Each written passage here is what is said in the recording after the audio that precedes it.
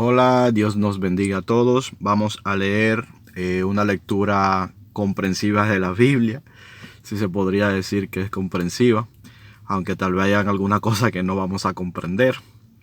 Y empezamos, vamos a leer hoy, siguiendo donde nos quedamos la última vez. Y vamos a leer ahora en Lucas capítulo 12, a partir del verso 4 al 7. Y dice así. Palabras de Jesús que sigue su discurso y dice: Mas os digo, amigos míos, no temáis a los que matan el cuerpo y después nada más pueden hacer, pero os enseñaré a quién debéis temer. Temed a aquel que después de haber quitado la vida tiene poder para echar en el infierno. Sí, os digo, a este temed. ¿No se venden 5 pajarillos por 2 cuartos? Con todo, ni uno de ellos está olvidado delante de Dios. Pues aún los cabellos de vuestra cabeza están todos contados.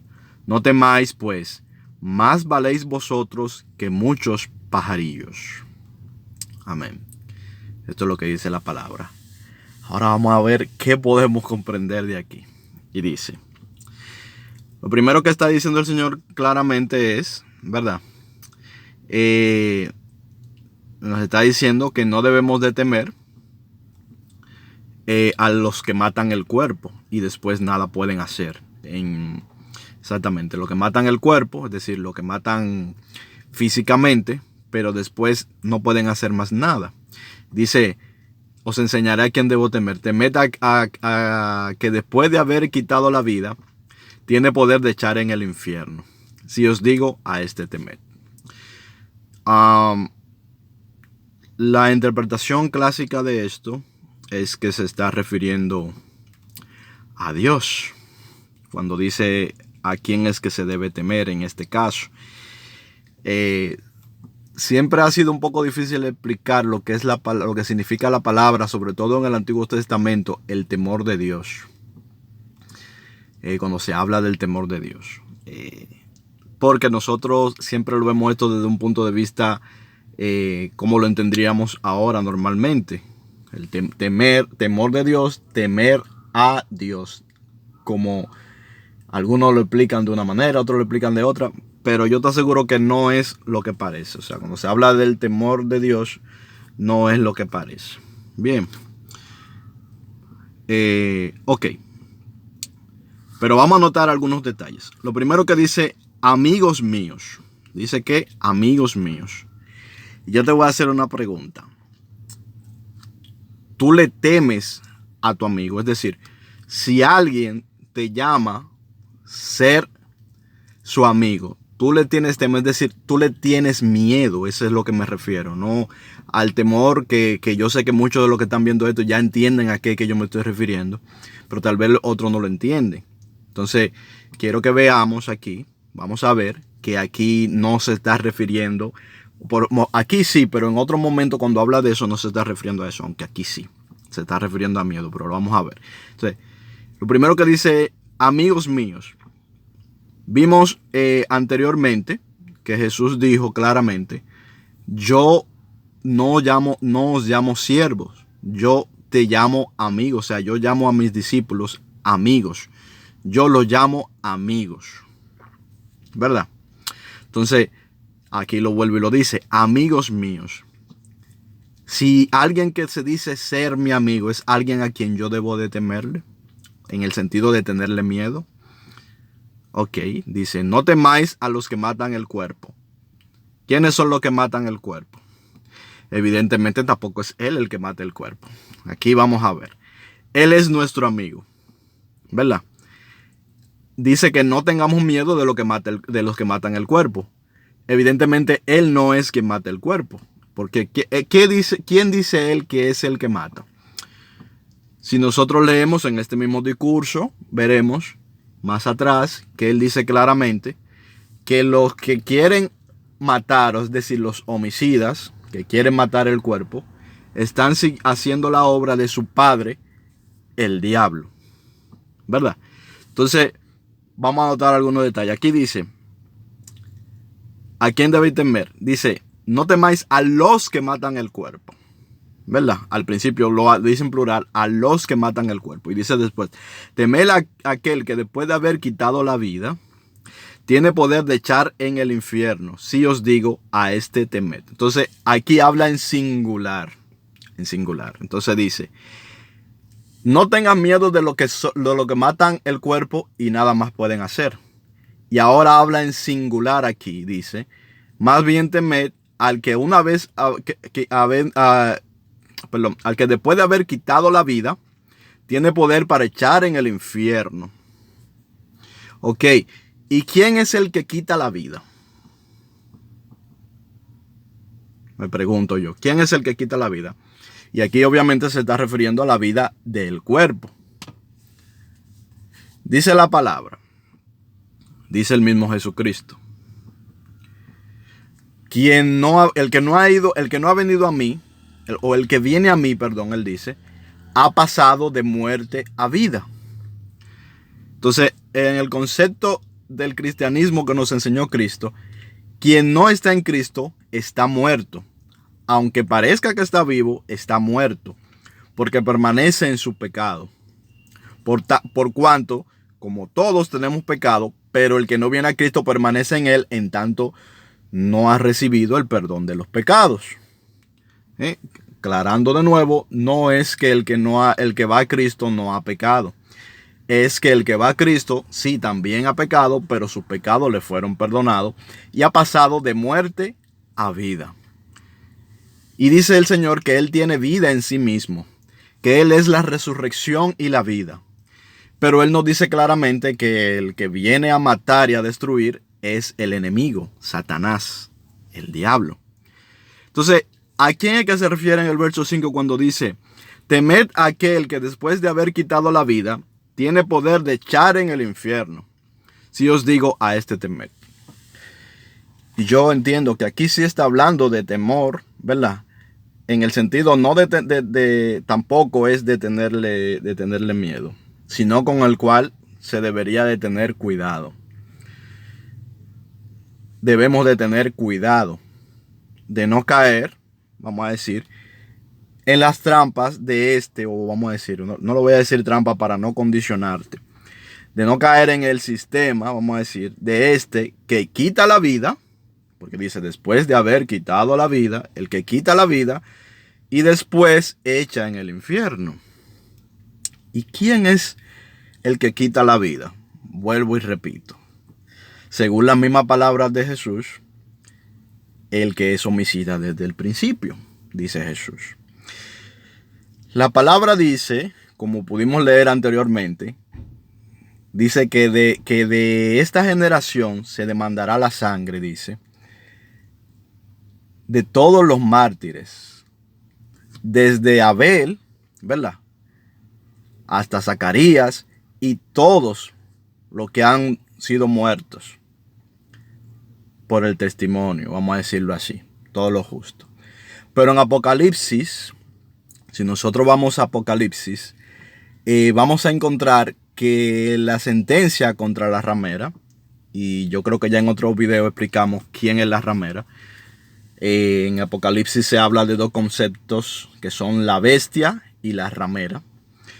La bestia, como ya habíamos explicado y volvemos y explicamos, son los poderes políticos que están gobernados por Satanás, el príncipe de este mundo. Los poderes políticos gobernados por Satanás, los poderes terrenales, políticos y económicos, etcétera, de la tierra, que vienen gobernados por Satanás, que es quien gobierna detrás de todo esto.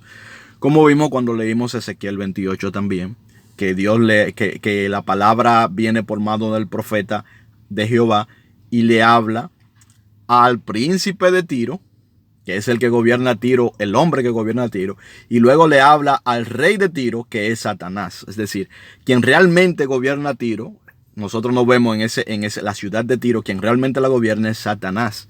Hay un hombre que está al frente de esa ciudad, pero quien realmente la gobierna es Satanás.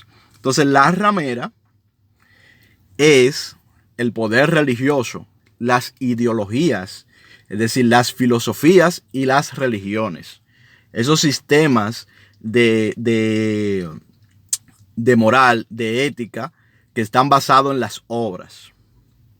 Las obras.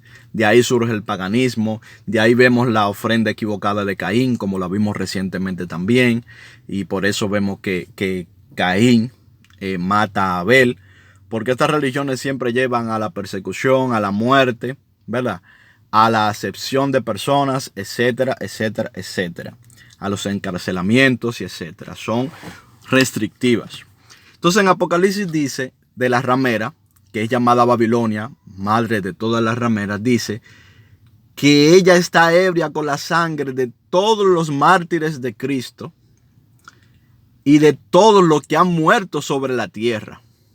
Todos los que han muerto sobre la tierra. Es decir, la ramera, a ella se le inculpa, a las religiones que están en realidad por detrás, gobernadas por el mismo que gobierna la bestia, que son los gobiernos que por detrás están gobernados por Satanás, las religiones, filosofías, etcétera, etcétera, a todas ellas se les inculpa de todos los muertos, todos. O sea, ahí dice, todos los mártires y todos los muertos que han muerto en la tierra, todas las personas que han muerto. El Señor aquí, en este caso, en Apocalipsis, le está inculpando a esa ramera. Obviamente, sabemos también cuando vemos el Evangelio y cuando vemos todo esto, que hay un culpable mayor detrás, hay una cabeza operante de todas las muertes. Y la cabeza operante de todas las muertes nos deja claro Jesucristo que es el enemigo, Satanás. Satanás, el que ha venido a matar y a destruir. El que ha venido a matar y a destruir. Entonces, ¿quién es el que quita la vida del cuerpo físico? Satanás. De hecho, en el principio, cuando Satanás va a la mujer y la engaña, él le quitó la vida. Fíjate en esto, él le quitó la vida. Dios le dice, ciertamente morirás. Y cuando Satanás la engaña y ella es engañada por Satanás, la mujer, y luego el hombre, cuando son engañados por Satanás, ellos pasan de vida a muerte. ¿Entiendes? Es lo contrario que cuando nosotros vamos a Cristo. Ellos tenían vida y pasaron a muerte. Ciertamente seguían caminando, ciertamente seguían obrando, pero habían pasado de la vida a la muerte, de la luz a la oscuridad. Inmediatamente se introdujo en ellos el pecado. Pasaron de la luz a la oscuridad, de la vida a la muerte, de estar adentro a estar afuera. Inmediatamente. Ellos serán salvados, claro, en Cristo. Y en Cristo ellos vuelven a pasar, como todo ser humano que va a Cristo, vuelve a pasar de la muerte, pasa de nuevo a la vida. Va a la luz, que es Cristo. Bien. Entonces, el propósito, lo que hace Dios es dar vida, no quitarla. Entonces, cuando uno estudia la Biblia, parece que no es así, si uno lo mira de manera simple, pero cuando tú profundizas un poco, te das cuenta que es así. Dios siempre aparece para salvar, para tener misericordia. Siempre para eso es que aparece Dios. Aunque literalmente a veces parezca que no. Cuando tú te vas al fondo y lo estudias un poquito más profundamente y tú te vas a ir dando cuenta en estos estudios, en realidad Dios siempre aparece para dar la vida, para salvar la vida, para conservar la vida, no para quitarla. El que quita la vida es el enemigo. Y la quitó desde el principio, cuando engañó a Adán y a Eva. Bien. Entonces, si el que quita la vida, según esta palabra, lo que está diciendo Jesús, también es el que echa en el infierno. Óyeme. ¿Cómo así? ¿Y quién es el que echa en el infierno? ¿No se supone que el que echa en el infierno es Dios? Bueno, ahí te lo dejo de tarea, vamos a decirlo así. Bueno, tal vez no debería dejártelo de tarea. Bueno, pero aquí hay algo que tenemos que profundizar. Y yo no me voy a atrever por ahora a dárselo clarito y pelado y acabado. Yo te invito a que tú hagas un estudio desde el punto de vista de Cristo de la palabra. Estudia la Biblia desde el punto de vista de Cristo hacia adelante. Cuando tú vas a leer algo, tú necesitas una luz para poder leerlo. Cuando tú vas a escudriñar algo y entras en un lugar que está oscuro, para tú poder ver, tienes que encender la luz para poder ver. Entonces, cuando nosotros vamos a estudiar la Biblia, en la Biblia también hay oscuridad. Hay cosas que están ocultas. Hay cosas que están veladas. ¿Cómo nosotros vamos a ver esas cosas que están ocultas y que están veladas? Necesitamos ir a la luz. Necesitamos la asistencia de la luz. Que la luz nos alumbre. Entonces, con la luz es que nosotros vamos a poder entender la palabra. Y la luz es Cristo. Entonces, la palabra de los profetas, las palabras de los escribas, las interpretaciones, todo eso nosotros no vamos a entender qué es lo que realmente son si nosotros no lo vemos al amparo de la luz, de Cristo, de Jesús. Por eso somos llamados cristianos. Porque tenemos que ver las cosas al amparo de la luz que es Cristo. Somos cristianos, no moisesanos, no eliasanos, no danielsanos. Somos cristianos, somos de Cristo, ¿verdad? No de Daniel, no de Moisés, no de Adán, no de Enoc.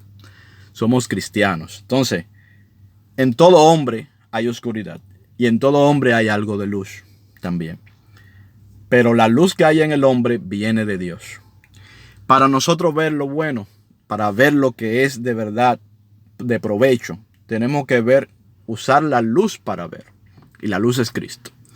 Entonces, ¿quién es el que quita la vida del cuerpo?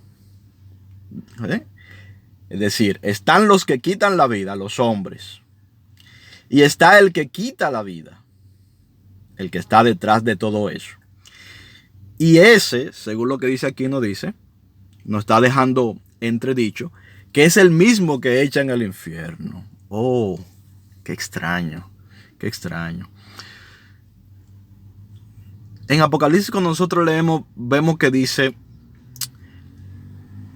que una vez que pasan los 1000 años, Satanás, ¿verdad?, se levanta y engaña a los hombres de todo el mundo, los engaña y los reúne en un lugar para una batalla.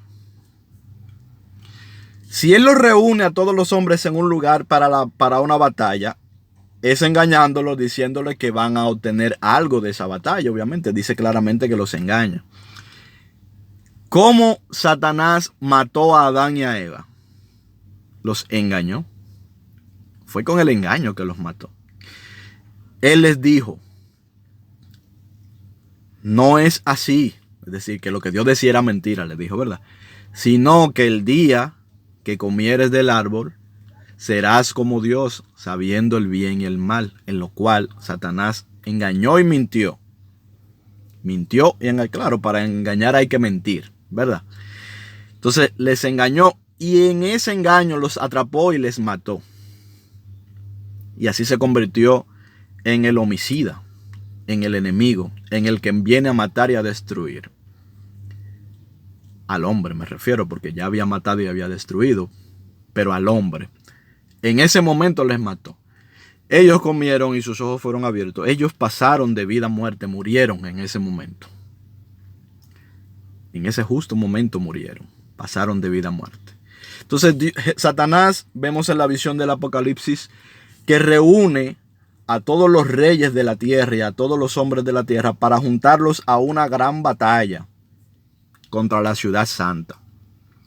Los engaña, creyendo que van a obtener algo de esa batalla. Pero Satanás los engaña porque él sabe cuál va a ser el resultado. Es decir, el que engaña sabe cuál va a ser el resultado. No es que Satanás cree que va a ir a esa batalla y que ellos van a vencer. O sea, Satanás no cree que ellos van a ir a esa batalla y que van a vencer a la santa ciudad y que van a tomar la santa ciudad. No es eso lo que Satanás piensa. Si Satanás creyera eso, entonces no sería un engaño lo que Satanás está probablemente haciendo, ¿verdad? Satanás sabe que no, que ahí Él lo está llevando allá para algo. Él lleva a todas las naciones en ese engaño para algo. No será para llevarlos, para echarlos en un lugar, para hacerlos ir a un lugar, para que los mismos actos con los que Él los engaña, con lo que Él engaña a la humanidad, haga que la humanidad vaya y caiga en un lugar, para provocar una consecuencia de los mismos actos, como lo hizo con Adán y con Eva. ¿Ah? Piensa en esto. ¿Fue Dios? No. Fue Satanás quien mató a Adán y a Eva. Dios le dio la vida. Y no solo se la dio, sino que una vez Satanás les mató con el engaño, Él les ofreció una salvación para volver a darles la vida, como a ti, como a mí, para que volvamos a pasar de muerte a vida. Para eso es que Dios interviene en la vida del hombre, para darle vida, para restituirle la vida. Dice el Señor Jesucristo: yo soy la resurrección y la vida. Claro, cuando nosotros vamos a Jesucristo, vamos a la resurrección, porque nosotros estábamos muertos y pasamos a la vida. Estábamos muertos en nuestros delitos y pecados, dice la palabra, y hemos pasado de muerte a vida. Y en el día postrero, Él nos resucitará. En la primera resurrección nos resucitará. Y a los que no resuciten en la primera resurrección, los resucitará en la segunda resurrección. Porque te voy a explicar algo. Cristo va a resucitar a todo hombre y toda mujer, todo niño, todo anciano, toda criatura que murió en el vientre de su madre. Todos van a ser resucitados. Y eso es lo que Dios hace. Dios da vida, y Dios es la vida y es la resurrección. Es la verdad, la vida, la resurrección, el camino, la luz. ¿Y quién es el que mata? El enemigo, Satanás, es el que mata. Oh, ¿y quién es el que echa en el infierno? Bien, entonces dice, fíjate lo que dice después en el verso 6 de lo que leímos. Dice: no se venden 5 pajarillos por 2 cuartos, es decir, no se venden 5 pajarillos por poco dinero, es lo que está diciendo, por una cantidad de dinero muy pequeña. Con todo, ni uno de ellos está olvidado delante de Dios. Es decir, las pajaritos tienen poco valor para el ser humano, es lo que está diciendo. Sí, para el ser humano tienen poco valor, pero para Dios tienen un valor muy especial. Es decir, Dios está pendiente de cada uno de ellos y a ninguno los olvida. Es el ejemplo que Dios, que está dando Jesucristo, de cómo Él está pendiente de cada uno de nosotros. Y dice: pues aún los cabellos de vuestra cabeza están todos contados. O sea, los cabellos de tu cabeza y de mi cabeza están todos contados. No temáis, pues más valéis vosotros que muchos pajarillos. Entonces, ¿qué es lo que está diciendo aquí? Es una contradicción. O sea, dice, les diré a quién, ¿verdad?, deberían de temer. O sea, ustedes deberían de temer al que después de quitar la vida puede echar en el infierno. A ese que después de que te quita la vida, te lleva a la muerte, te puede echar en el infierno. Oh, pero luego te dice: no tengan miedo, porque aún los cabellos de tu cabeza están contados. Es decir, Dios está pendiente de ti. Dice Él: de los que me diste no perdí ninguno. Él vino a dar vida, y vida en abundancia, y vida a muchos. Entonces, a todos en realidad. Él vino a darle vida a todos. Entonces dice: los cabellos de vuestra cabeza están contados. Más valéis vosotros que muchos pajarillos. Lo que está diciendo es: Dios tiene pendiente cada pajarillo, que para el hombre no vale nada, o vale muy poco. También para los hombres, muchas veces la vida de los hombres y las mujeres y los niños y los no natos todavía vale poco. Para muchos eso vale poco, pero para Dios vale mucho. Eso vale mucho. Entonces Dios es un padre que no está conforme con dejarte perder. Es decir, el enemigo vino y te arrastró, nos arrastró hacia la muerte, pero Dios es un padre. Y un padre no se rinde tan fácilmente. Dios es un padre y un padre no se rinde tan fácilmente. Un padre, de hecho, como lo es Dios, no se rinde nunca. Él quiere salvarte. Él quiere salvarnos. Eso es lo que pasa. El enemigo está constantemente acusándonos, dice. Dice en Apocalipsis también que ha descendido el que nos acusaba día y noche delante del Señor. El enemigo te engaña y luego te acusa. Te dice, mira, ven, haz esto, y después va y dice, mira lo que está haciendo.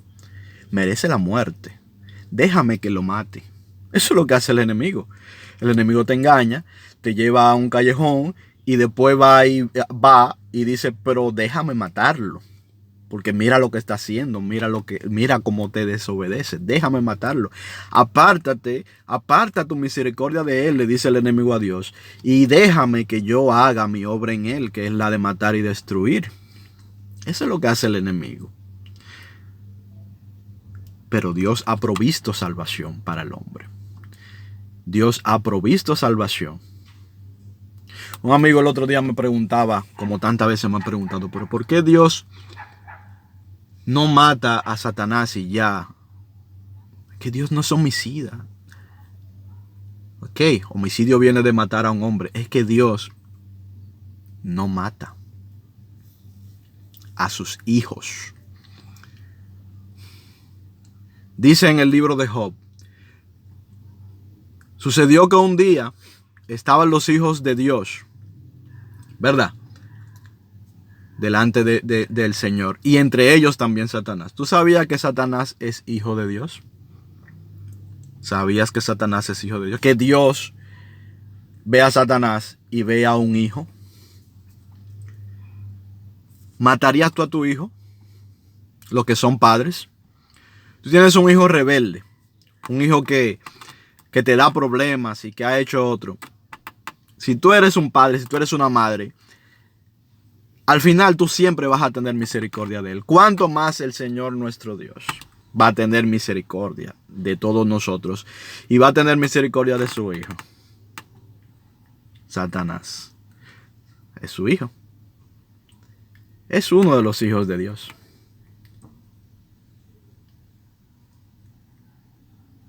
Él es el que anda buscando muerte y destrucción, Satanás. Pero es un hijo de Dios. Y si Dios no mata a Satanás, porque Dios no quiere matar a sus hijos, ¿tú crees que te va a matar a ti? Piensa en eso. ¿Por qué Dios no mata a los ángeles caídos? ¿Por qué Dios no anda matando a sus hijos? Dios no mata a sus hijos. Así de simple. Para Dios, sus hijos tienen un gran valor. A pesar de que hagan cosas malas, a pesar de que pequen contra Él. La intención de Dios no es matar. La intención de matar es del enemigo. Y la muerte es apartarse de Dios. Sí, el enemigo está muerto en sus pecados.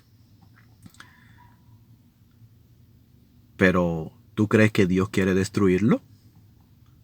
¿A su hijo? ¿Tú crees que Dios quiere destruirte? ¿A ti? ¿Su hijo? No, Dios no quiere destruirte. El que quiere destruirte es el enemigo. El que quiere que tú vayas al infierno es el enemigo. Ese es el que quiere verte en el infierno. Dios no quiere verte en el infierno. Dios quiere que tú estés con Él. Ahora, Dios no te obliga a estar con Él. Es el concepto que tenemos que entender. Como no va a obligar al enemigo tampoco. Como no va a obligar a nadie. El que quiere obligarte a estar con Él es precisamente el enemigo.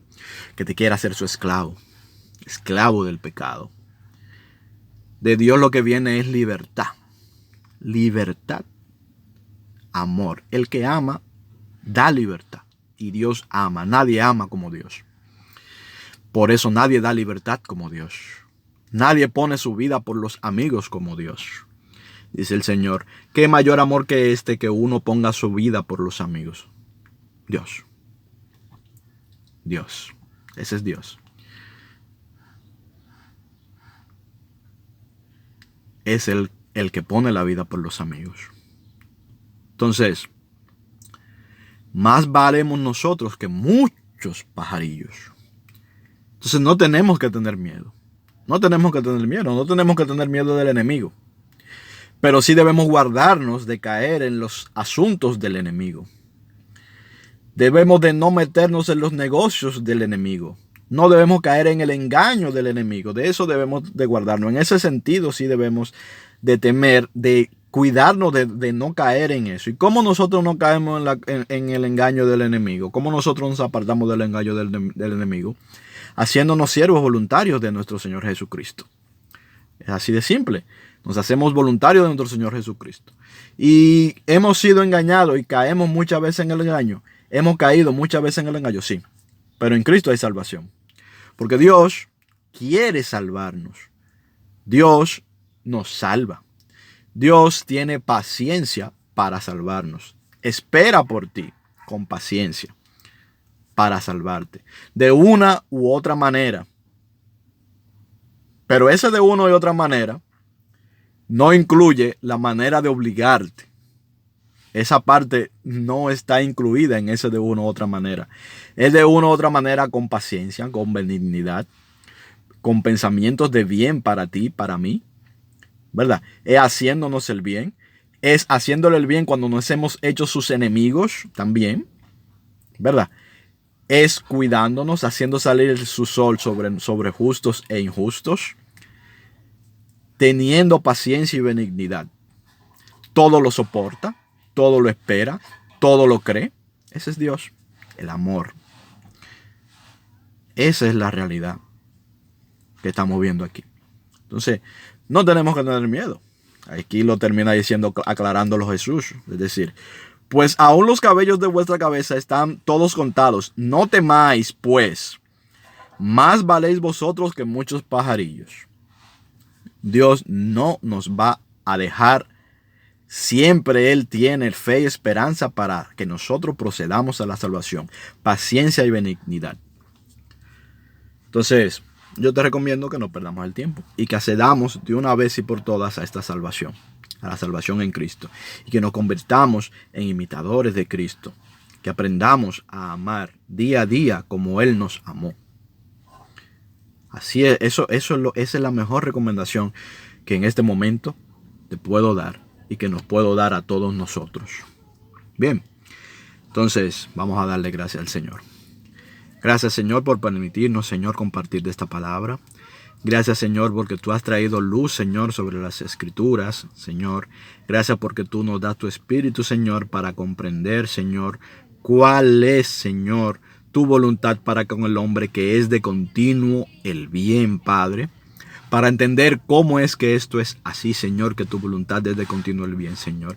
Para diferenciar las obras del enemigo de tus obras, Señor. Que las obras del enemigo son de continuo el mal para el hombre, pero las obras tuyas son de continuo el bien, Señor. Para entender, Señor, que tú eres un Dios bueno, bondadoso, misericordioso, que para siempre es tu misericordia, Señor, y que para siempre, Señor, es tu benignidad, tu paciencia, tu amor, Señor.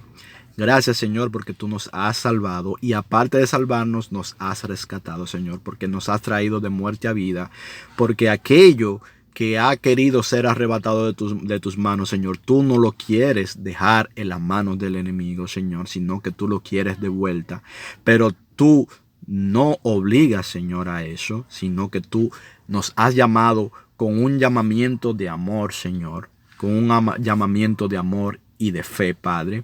Gracias, Padre, por todas las personas, Señor, que tú has rescatado, Señor, por tu misericordia. En el nombre de Jesús, amén. Nos vemos pronto.